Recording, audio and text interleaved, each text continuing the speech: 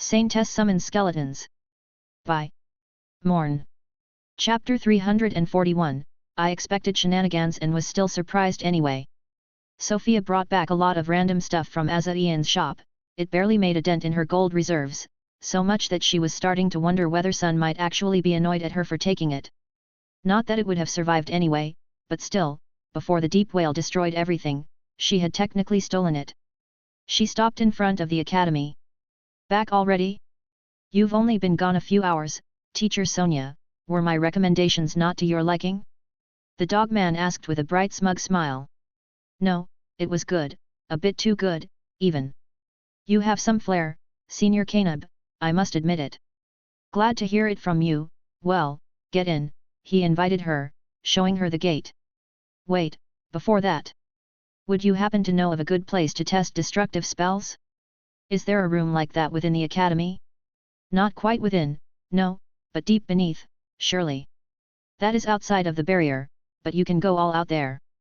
Make your way to the arena, but instead of entering it, keep going forward, then take every stairs down that you see until you reach the cube. Very easy. The cube? You'll understand, he confirmed, nodding to himself. All right, thanks. Have a nice day.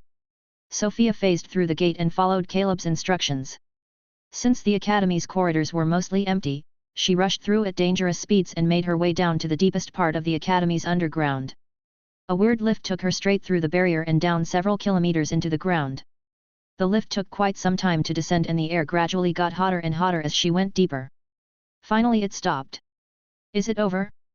The doors opened, revealing a small glass cabin overlooking a giant cube. To be exact, a cube-shaped cavern, glowing with flowing magma on the sides. A short old-looking Exidian man with a cane approached Sofia from the side. He was under level 100. Come to try out a Boomin spell or two. I've seen your mug in the teacher book, go right ahead, he said after observing her face for a second, pointing at the door leading to nothing on the side of the cabin. Is it safe? What if one of my spells reaches this cabin? It's pretty high but not out of reach.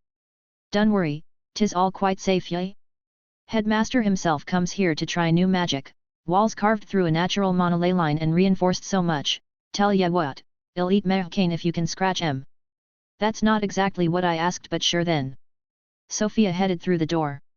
The reason she had sought out this place was quite simple, she needed to use the Ring of Zar's collapse to absorb the curses of the Necromancer's chest after activating them, but it was currently still full of mana.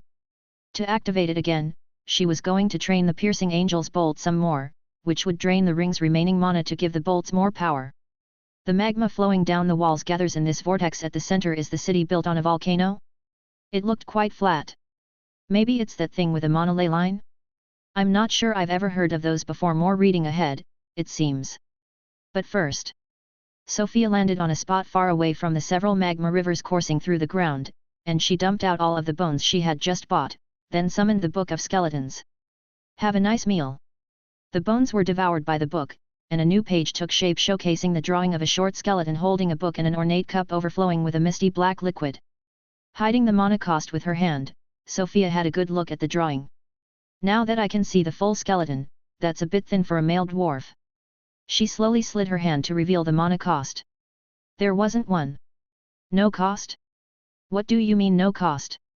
Is something wrong, bookie? The page freed itself from the book and split into two down the middle. What's going on now? Before Sofia were two new pages, one with the small necromancer and only the goblet. This one had a cost of 100,000, while the other still had no mana cost, and on it, the necromancer held a book strangely similar to Bookie. Oh, I think I understand where this is going. So you want me to choose? Is the left one the original and the right one the skeleton holding you? I feel like I'm not being given enough information right now. This is a bit like picking a blessing, isn't it? So it can be either a regular summon or yourself. That's a bit of an unexpectedly tough choice. I cannot get both, can I? Sofia sighed and picked the page with the book. You happy now? The book shuddered, and the page Sofia chose reattached itself while the other one disappeared in a puff of smoke. I guess this means yes. What now? Floating in front of Sofia, the book presented its new page, which she ripped off. The mist started flowing, and in front of her formed the small skeleton of the necromancer. It instantly felt more lively than the usual mist skeletons. It looked around, then at Sofia, and held out a hand as if waiting to receive something. Solar Book of Skeletons, LV 249. Health, 24900/24900. Mist, 99%. Lifetime, 14932s/14940s. Well, that has the merit of being quite clear. I guess Bookie was always a necromancer. You want the actual book, right? There you go. The small skeleton grabbed the book and walked up to Sofia with a skip in its steps. Somehow, she could tell it was proud. I'm not exactly sure what the benefits of this are, but hey, if you're happy, I'm happy for you. One good thing, I guess, is I can now see exactly how much mist is left, although I could already kind of guess. But it's nice to be able to put a number on it. The skeleton turned its head, looked at Sofia, and handed the book back to her, insisting for her to take it. You changed your mind quickly. The skeleton shook its head, and the book opened by itself. Sofia understood the new changes, maybe there were more, but at the very least, one thing was obvious: the mana cost of the skeletons had changed. The book had opened at the page of the High Priest, and instead of the usual 50,000, the indicated cost was only 45,000. Sofia checked every page, and they all showed the same 10% discount. Hey, this isn't bad. It's not what I expected, but I'll take it. Looking at the small skeleton, she asked, does it also reduce the mist cost? And the skeleton nodded in response. Nice, too bad I'm still a few tens of thousand mana points short of what's needed to summon the ingot monster. Do you have any more surprises for me? The small skeletal nodded again, gesturing for Sofia to flip the book so that she held it upside down. And then? Not sure what to do, she opened the book again and noticed there were fewer pages than usual. The first one was Crowie's page, showing the picture of the small skeleton with a crow on its shoulder. Turning to the next page, there was the picture of the small skeleton with a helmet and holding a bow. That should be the page of the bow soldier. I think I understand now. The next page in the book should have been the one with 50 crows, but instead, what showed up was a picture of the small skeleton with a broom. So it's only the pages with a single skeleton on it. Sofia flipped to the last two pages, which were normally the ones with the ingot monster and the quartz giant. On one, the small skeleton became huge and encased in a larger, thicker skeleton, while on the other, the depiction had become much smaller, with twig-like wings, and looking ferocious. With a chuckle, Sofia gave the book back to the skeleton, which he grabbed, then let go. It moved by itself and hovered behind his skull. If the book is Bookie, and the skeleton is Bookie, I'm going to start having naming issues. Can you summon stuff by yourself? Once again, the skeleton nodded. All right, summon the elven caretaker then. I want to see you with a broom.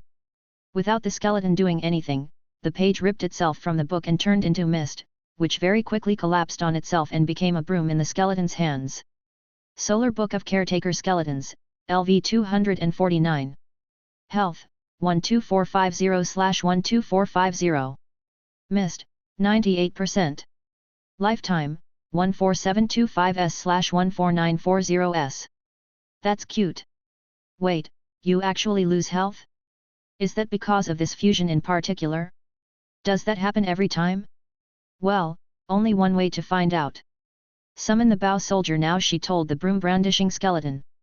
Once again, a page ripped by itself, and an instant later, Bookie's new form was now fitted with a small spiked helmet as well as two more arms above his original set, holding the broom, a bow, and with a quiver filled with bone arrows attached to his waist. Solar Book of Caretaking Soldier Skeletons, LV 249. Health, 24900/24900. Mist, 97%. Lifetime, 14711s/14940s. Oh. The health is back to normal. Can we add more? She asked. Not only did Bookie acquiesce once again, but the book flew to Sofia once again, opening at the page of the sandworm. It showed Bookie's upper body sprouting out of the sandworm's back. The sandworm was much smaller than usual, as if scaled down to Bookie's size. Sure, go for it. The result was exactly as Sofia expected.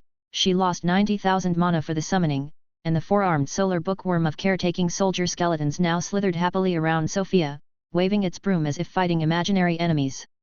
Its stats had also changed quite a lot. Health, 249000/249000. Missed, 54%.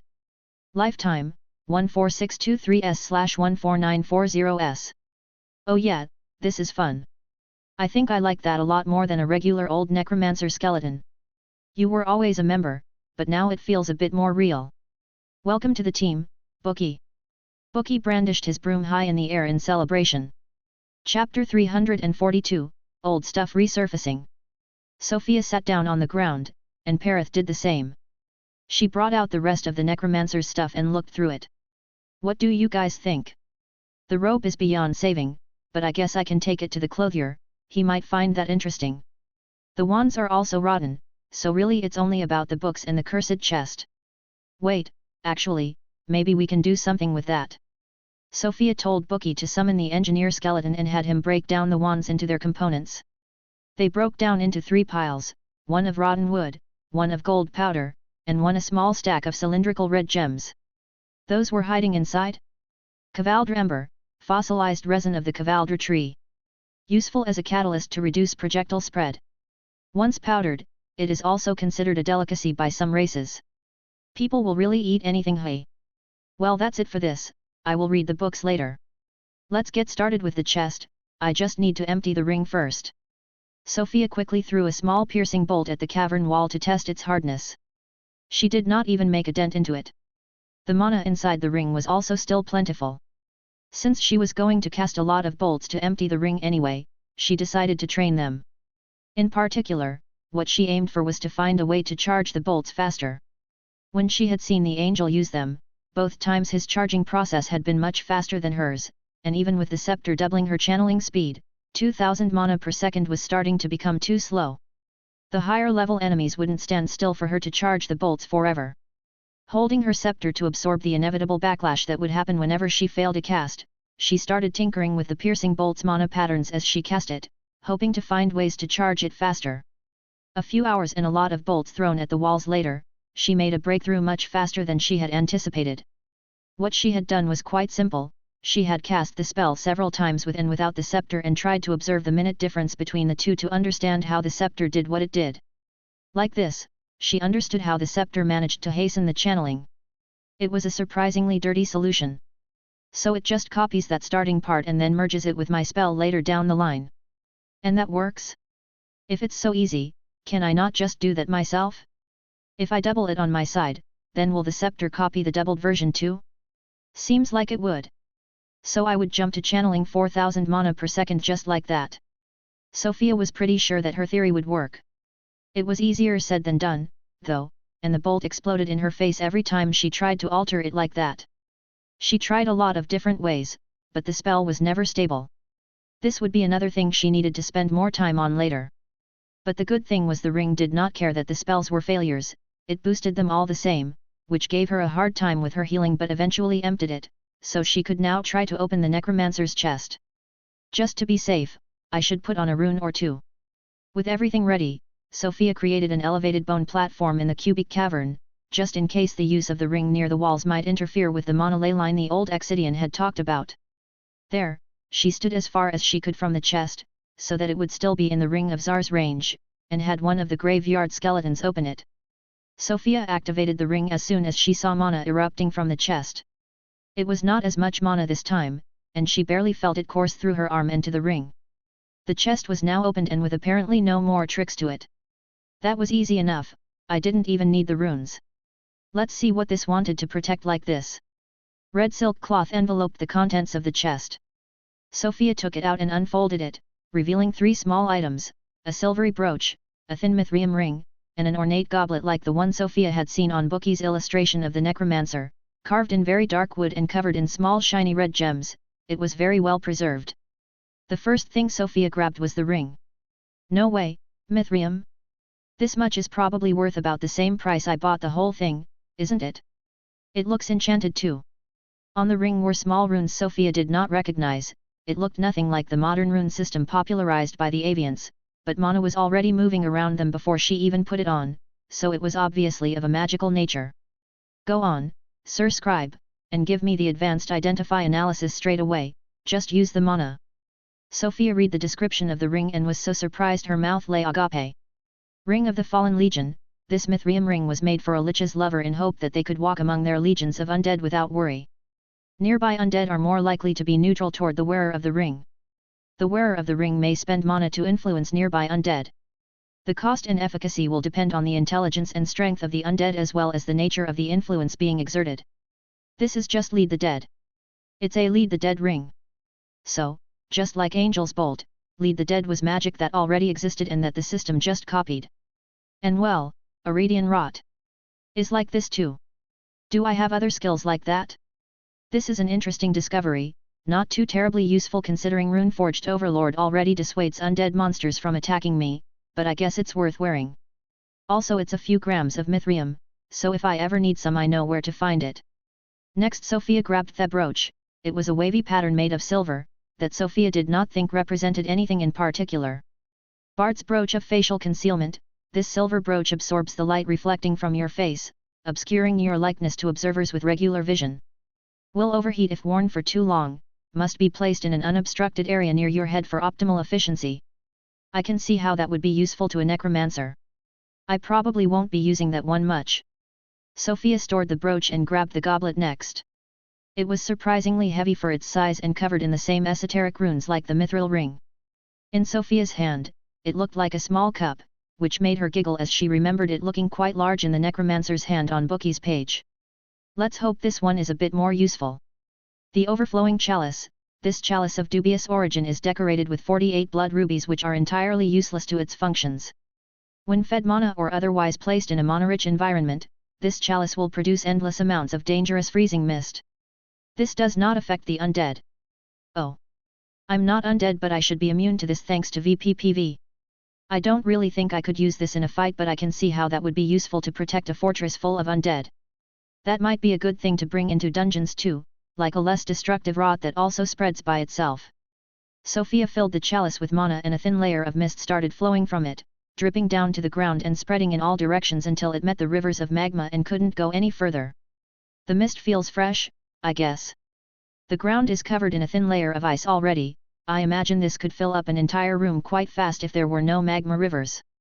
Sofia was decent at calculating the volume of fluids with all the mucking around she had done with summon blood, so she already had a good idea of how fast the chalice produced mist, but she wanted to be sure, since gas wasn't quite the same. She created a bone cube large of about 1 meter and held the chalice above it. The cube was filled with dense mist in about 10 seconds. About 100 liters a second, as I thought. It's really quite fast. Also eats through a lot of mana, a few thousand points a second. Quite the gluttonous artifact. Searching for some meat in her storage ring, Sofia threw the first chunk of flesh she found into the cube and watched it become an ice block under her eyes. Colder than it looks. What happens when I store the chalice? The source of the mist now gone, it quickly lost its cold nature and dispersed. Well, more random things in my storage ring, I guess. Worth more money than I paid by far, but not as exciting as I'd hoped. The best part so far was the upgrade for Bookie. Unsatisfied, Sofia started throwing bolts at the walls again, thinking she had nothing to do until the end of the week anyway. Later, she stopped and returned to speak with her students who were done being evaluated by Tartaros. She explained very briefly why she had been the cause of their group being attacked by a space mage. All was fine until Shaili brought up something that Sofia had completely forgotten about. She only had 2 days left until her first public class. Chapter 343, In the Spotlight. Sofia spent the next 2 days working on her venerable physique one drop at a time. The competition's first event ended, and the rankings would soon be published, but first, it was time for her first public class.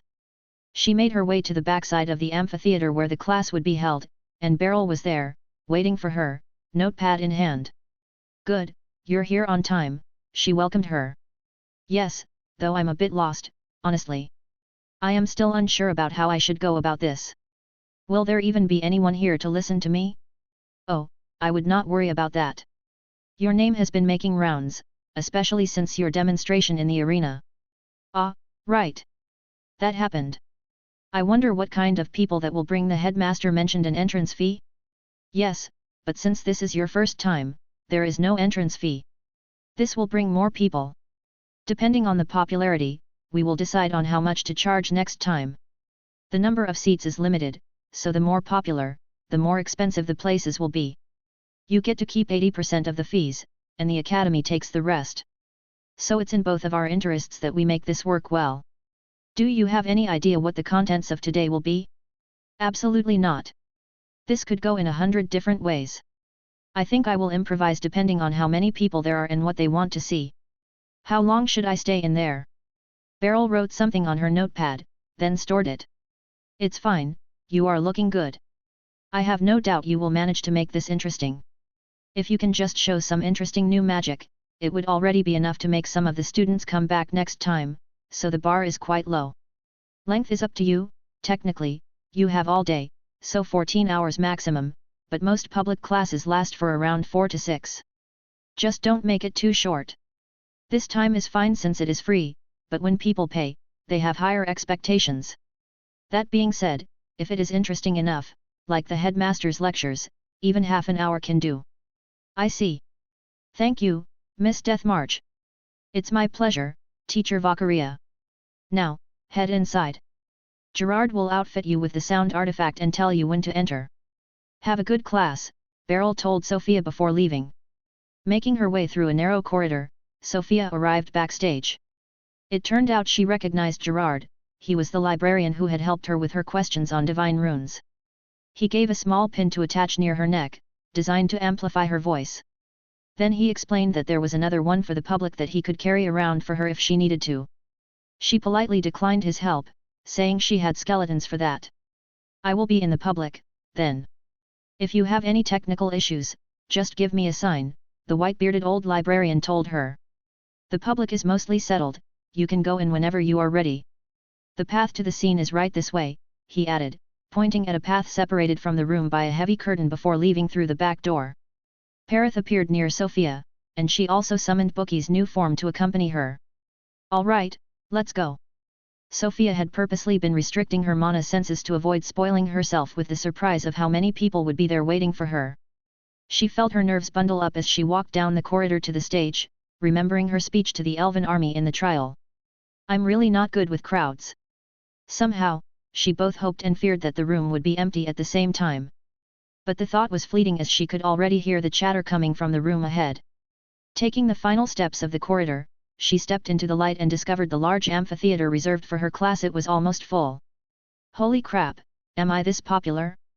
This is like 300 people. The chatter stopped as she entered. With a quick glance, she recognized a few faces. All of her students were there, including the 2 human princesses. There were also Elith, Saria, Cynthia, and Astelia sitting in a corner with a bunch of snacks. But more surprisingly, Sofia recognized one of the few high-level people as one of Deathchich's priests, and there was also a familiar inconspicuous Exidian lady sitting by herself in the back row. The Empress? Doing a double take, Sofia identified the lady, seeing that she showed up as a level 82 mage, which felt all kinds of wrong, but she didn't have free time to spend wondering about that. Sending some mana to turn on the voice amplifier artifact, she announced the start of her class. Hello, everyone. Thank you for coming to my first public class at Brythal. I am Sofia Valkyria, teacher of Summoner Combat Strategies, Necromancer, and Saintess of a Mad God, among other things. These 2 are my main summoned heroes, Perith and Bookie. They do a lot of the fighting for me. I'm sure you have a lot of questions already, so I will be starting this class by answering a few questions. Sofia gave the voice amplifier artifact for the public to Bookie and sent him to the first person who raised their hand to ask a question. The level 60 student was surprised to see the small skeleton running at him, but he rapidly understood what was going on when he was presented with the artifact. Hi, how can you be a Saintess and a Necromancer at the same time? Do you have multiple classes? The Exidian student asked, uncomfortably speaking near the artifact Bookie held up in front of his face. Of course, that's what they start with. No, Sofia answered. You can only have 1 class at a time. That being said, my class is the result of trying to have 2 classes at once. I was chosen as a saint at the same time I became a necromancer, and due to an error in the system, the 2 classes ended up fusing together, for better or worse, which is the reason my heroes are all undead. The class name is Saintmancer, and it's just as weird as the name suggests. Already, shocked murmurs spread through the audience. Wait, you can fuse classes. Do you think we can do that? I want a fused class too. Saintess? That's so ugly. I hear some of you are getting ideas already. I personally would not recommend trying this. I was lucky that things worked out well in the end, but the start was rough, and my future skills are still very unpredictable. And honestly, I am not sure you could reproduce this without a similar divine intervention. You're free to try, though, just don't piss off your scribe. Next question? Sofia glanced at the Empress again, who was staring intently at her. I really shouldn't look in that direction. Sofia let Bookie choose whoever he wanted for the next question. The skeleton ran through the seat rows and stopped in front of another student. Are you in a relationship? Bookie hastily pulled back the artifact and slapped the student, leaving a red bony hand mark on his face, provoking a few laughs after a moment of shock. Sofia raised an eyebrow. Oh, he's level 199, hell be fine. Try not to kill anyone, Bookie, please. No. Serious questions only, please. Bookie walked to the next person with a raised hand. They were a young-looking civilian girl with braids who had been writing down stuff every time anyone spoke up. Hi teacher, why did you become a teacher at Brythal and what do you want to accomplish in the future? Does she work for one of those newspaper things like they do in Red Wines? Sofia took a few seconds to think about her answer. Seeing some people getting bored already, Parath activated his armor, giving them some light to focus on. Nov. L. B//JNN. I came to Brythal for a vacation. I have been fighting non-stop for 2 years and needed some time off to work on my skills and strategies. Teaching some promising people on the side to help make their life better is just a nice bonus in my eyes. As for my objectives, I have a god to kill, mainly, Sofia seriously answered, nodding to herself, and I won't be accepting any questions on the subject, she added as the voices in the public became much louder. Thank you for your answers. Unprompted, Bookie directly walked up to another woman, a level 156 Exidian student this time, who sighed as she was relieved to finally be able to lower her hand. She had been waiting from the first question. Hello, Teacher Valkyria, I saw your duel against Marquis Proudwall. Can you tell us how you made all of his spells disappear? Did you teleport them away? I couldn't understand how it worked at all. This I will not explain in detail, but it's the effect of my second specialization, Sofia answered. You should all strive to perform better than expected during the trials, the rewards are well worth it, specializations being the main draw. This, again, caused chatter to spread among the public. Some were asking the others what specializations were, while some were shocked that she had 2 of them, and some again argued that she needed at least that if she wanted to claim something as ridiculous as the ambition to fight a god. You've seen nothing yet.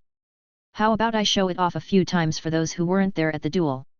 Anyone who wants to, come down and throw a few attack spells at me. Sofia expected at least a few people to come down, but it seemed Parath and the sudden appearance of his huge sword of light dissuaded most of them. Sofia's friends weren't interested, very busy watching the spectacle while munching on snacks, with even Doppel slowly slurping up a shirt. While the students all looked at each other, each not wanting to be the idiot who goes on stage to see all their spells be effortlessly countered in front of their friends, someone stood up. The conversations among the students started again. Hey, who's that? Dunno, but she's hot, brother. Have you not seen the teacher? I'm not so into beige skin. They stopped speaking when Bookie approached them with a hand raised. Meanwhile, oblivious to that conversation, Sofia was having a mental breakdown, cursing internally. Not you. Her thoughts screamed as the Empress slowly walked down the rows of seats and made her way to the stage. Chapter 344, Between a Bone and a Hard Place. The woman stepped onto the stage. She was elegant and sophisticated, wearing a sleek, form-fitting deep blue and silver uniform that exuded a sense of authority. Her horns were quite short compared to most other Exidians, and her fine white hair was tied in a high ponytail behind her head. Stopping a few meters away from Sofia, she bowed with an arm across her chest. Elizabeth Frows, she introduced herself. I am honored to be of help, Teacher Valkyria. What do you want? Sofia's mind screamed while she answered politely in return. Thank you for coming down to help, Elizabeth. Since you are a mage, please send a few attack spells my way. Elizabeth nodded and took a few steps back. She raised a hand and warned Sofia, I will attack now. A weird fluid-like ball of light shot from the woman's hand and flew toward Sofia in an unsteady trajectory. On high alert, Sofia activated Heat Death when it drew near, and for about 150 mana, the ball of light was dispelled. That's it. Was I mistaken? Maybe she's really not the Empress? Sofia quickly dismissed the thought. Even if the woman was the Empress, right now, in front of 300 people, she was a level 82 mage, and her cover would be blown if she did anything out of the ordinary. A second ball of light came, larger and faster than the first. Sofia dispelled it again. It had cost 1,500 mana this time. Realistically, this was about all someone at level 82 should be capable of, but the woman kept going uninterrupted, and the next weird ball came, same as before, but this time with 9 more following in quick succession. That is way too much mana for your level. Sofia thought, but it seemed nobody in the public noticed anything. That was quite weird, and as the woman prepared the next attack, Sofia felt Perith's consciousness tug at hers and switched to his vision. From his point of view, the woman was still launching tiny attacks like the first one. Some kind of illusion? Seeing the magic at work from 2 different angles, Sofia recognized this kind of visual illusion magic and its kind of mana patterns. It was almost impossible to detect when you were oblivious to its presence, but once you knew and were looking for it, it was plain as day. She had already seen this somewhere else, during the opening ceremony in the Grand Hall when the scenery had temporarily changed to that of an island in the sky. Of course she was there. So the illusion back then was her work. No wonder she could disguise herself like this and no one could recognize her. Sofia was trying her best to control her facial expression, not to show any surprise, and continued to dispel all the magic the woman threw at her with a focused expression. The spells ramped up, costing 20, then 30, then 40,000 mana to dispel, and Sofia was starting to panic slightly as her mana disappeared in chunks. She only had about 150,000 left when the attacks stopped, and the Empress started counting something on her hands. From Perith's view, the woman was still throwing very weak balls of light in different trajectories or quick succession to demonstrate Sofia's abilities to the public. Then a tiny scepter appeared in the woman's hands. Sofia seriously thought about fleeing, but the attack was instantaneous, so fast that not even Perith had time to teleport. She activated Heat Death purely on instinct, and the concentrated beam of light aiming her way disappeared as fast as it had come. Mana, 1/417 100. Holy fucking shit, she counted my mana to leave me at 0. Sofia threw a wary glance at the woman, who smiled back at her. The Empress bowed again. My apologies, teacher. It seems I have run out of mana, so I have no choice but to stop. Thank you for giving me the opportunity to help, it was very instructive. You're welcome. Thank you. You may return to your seat, Sofia answered elegantly, trying to suppress the fear in her voice. Her real thoughts were more along the lines of please get lost already. As she watched the woman climb the stairs back to her seat, she almost had a heart attack. At the very top of the stairs, the doors to the amphitheater had opened by themselves. A lot of the higher-leveled students turned around to see what had opened the doors, and the Empress herself looked up curiously. But nobody saw anything wrong. The Empress kept walking, and the students turned back to look at Sofia, at most whispering a hushed word to themselves. To Sofia, however, the situation was more than just a bit weird as she observed a globulous iridescent creature looking like a cluster of grapes from hell trying to squeeze itself through the door frame. Her mind whirring, Sofia only saw 3 ways to proceed forward. Either she accepted looking like a lunatic and evacuated the room, trying to convince everyone that an invisible monster was lurking here and putting everyone in danger. Or she invented some excuse to end the class early. And lastly, she could also keep going and act like everything was all right. The creature finally managed to get through the door, and with its 5 spindly legs, it crawled into the amphitheater, its body unfolding until it was about 4 meters tall. It looked like a tall upright stick on 5 legs with a bundle of grapes dangling from the top. This is the kind of power you can expect from getting a specialization. If you want to have good future growth, both getting one and picking the right one are very important. So no matter what, remember to always give it your all during the trials.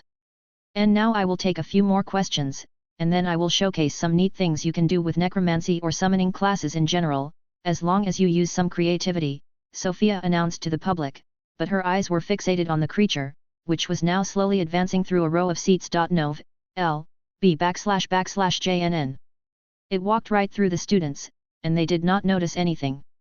Suddenly it stopped in front of an empty seat, and its stick-like body bent slightly to rest on the seat's edge. It fucking sat down. Sofia was starting to wonder if she was going crazy or if the Empress was still playing visual tricks on her. Clearly, it was none of that. Not only did she still see the creature through Parith's eyes, but she also finally noticed the insistent and worried stares she was receiving from Alith in the corner. This further hammered down the fact that, yes, there was a creature from the deep currently sitting in the Academy's amphitheater, and it was supposedly listening to her lecture. At least it's not a parasite. As promised, Sofia answered a few more questions. By the time she was done, she couldn't remember anything she had just said as she was too focused on observing the iridescent being. However, in time, she was able to put it out of her mind and focus on her lecture instead. She demonstrated the many ways one could use bones. The class lasted for 3 hours in total and ended spectacularly with a duel between Parith and a group of 2 level 200 and 1 level 150 students, which Parith won in perfect Sofia style, without losing any health. There was no trace of the iridescent creature anymore. It had left the same way it came, about half an hour before the end of class after sitting perfectly still for exactly 2 hours. Similarly, Elizabeth Frouse had disappeared at some point in the middle without Sofia even noticing. With her nerves right about to give out, she announced the end of class with a sigh of relief, receiving mild applause. She told the public to come back next time for her lecture on the theme of making the best of the system's tools and errors. The librarian was already waiting backstage to retrieve the voice amplifier. "You did well, it was very entertaining and informative," he complimented her. "Thank you, I was very nervous, but I do think I pulled through." Yes, I believe the seats will be tightly packed next time. Students always like teachers who incorporate a lot of practical demonstrations like you did. Your stress was visible, but it is expected for a first-timer. You will learn to mostly manage it after a few more months, everyone does. But it's hard to really get rid of it." Sofia gave the man a polite laugh in return and continued the small talk. The librarian gave her more tips on how to manage her anxiety, blissfully unaware that stage fright was only the tip of the iceberg in terms of what had caused Sofia's stress that day. He eventually excused himself to give her some space. After taking a long break by herself in the staff toilets, Sofia trudged back to her room. Alith was waiting in front of her door. "Hey! Good work, Sof. You look like you haven't slept for a month," Alith greeted her. "Oh, it's been longer than that." Chapter 345, The Witch Who Played with Fire. Alith followed Sofia inside. Immediately her attention turned to the bone statues. "Hey, you're getting better at those," she complimented. "Who's this one supposed to be, an unfinished product?" she asked while picking up one of them. "Oh, that's meant to be Iwarat. See the hole? It's just difficult to capture his appearance, especially from memory. I mean, he is monochromatic, so at least you got that right. The issue is the pose, I think. Iwarat's not the kind to stay in a neutral position like this. It's lacking panache if you know what I mean." "Well, yeah, you're not wrong. Speaking of which, we still have no news from him. I can see he's still alive, but that's it. You can always switch places with him, no?"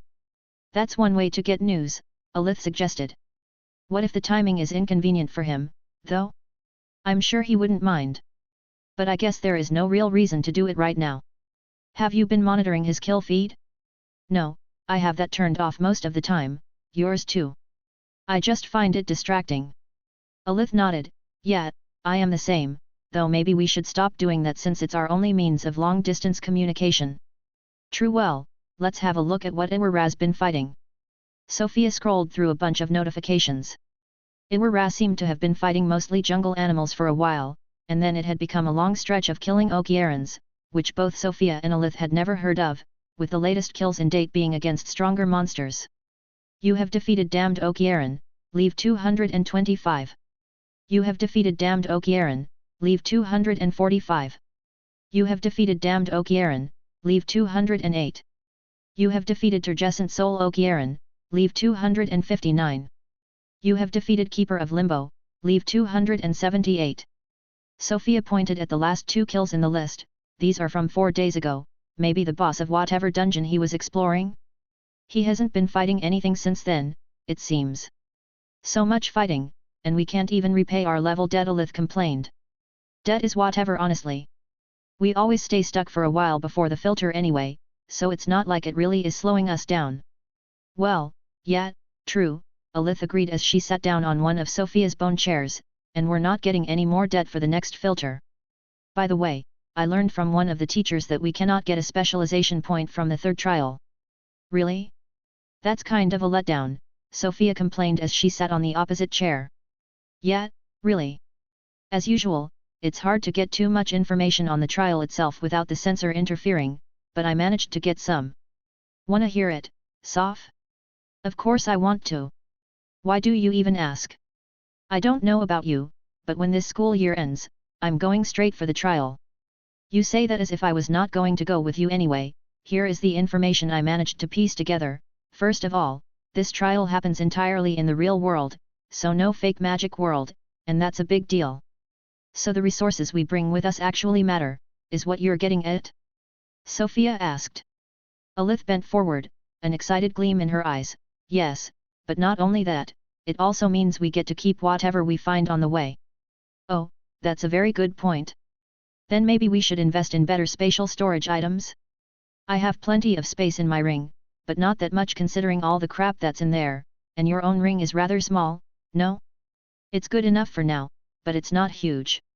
I can buy a better one, but I was thinking we should just go and ask the guy who makes them directly, don't you think? So we pay a quick visit to Old Man TLDR before the trial, noted. It's a good idea anyway since I want to see if he can upgrade Parith more. Anything else? Alith nodded again. Yeah, and this is where it gets really interesting, both for you and for me, and I'm going to need your help with that. Apparently, you can get some hidden benefits by wagering a divine essence. Depending on the god, you get different results. Oh. I've got plenty of choices, then, even some unusual ones. If the system even accepts them. Yeah, unusual like the thing that came to listen to your public class, right? Exactly right, but how do you want me to help with this? I don't think I could give you one of the essences I have even if I wanted to. Do you want to get one from domination somehow? We might manage to take down the mutated apostles with enough planning. Alith frowned. Didn't you have a quest to return those or something, Sof? I'm not trying to sabotage you here. It was more a request than a formal quest, but yet. If not that, then how? Well, you see, I've heard from Saria that a certain uncle had resurfaced recently. I was thinking. Sofia looked at Alith like she was crazy. I really don't think this is a good idea, she started, and before she could close her mouth, more words came out by themselves. I, on the other hand, believe this to be a most entertaining proposal. She continued. Alith suddenly clutched her head, screaming in pain. She fell off her chair, and Sofia barely managed to catch her before she hit the ground, yelling mentally at Parith to heal her. Fuck off, orator. If you do anything to Alith, you can stuff your quest where the sun never shines for all I care.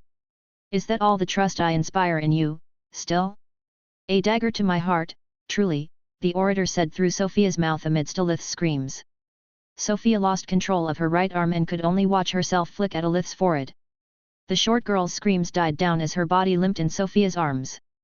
The hero, Alith, has succumbed. Alith. Will you calm down already? Such a needless commotion, orator added through Doppel's voice before being chastised by that same voice. You dog-ass bastard killed my wearer. I will end you. The world seemed to slow down to a standstill in Sofia's room. Her emotions in turmoil, she could hear a sigh in her own voice. Always so dramatic. This old one gave the girl exactly what she wanted, did he not? She was the sole cause of these happenings. Now if only you would stop yammering and started working on bringing her back before her soul fades for good. I shall not be held responsible for your failings, Inquisitor's protégé or not. Sofia's memory of the last 25 or so hours were blurry at best. After dragging the lifeless body of Alith near the window, she had been channeling Maiden Banshee without a second of rest. People came to knock on her door after a while, surely because of the class she missed, but she did not even notice them.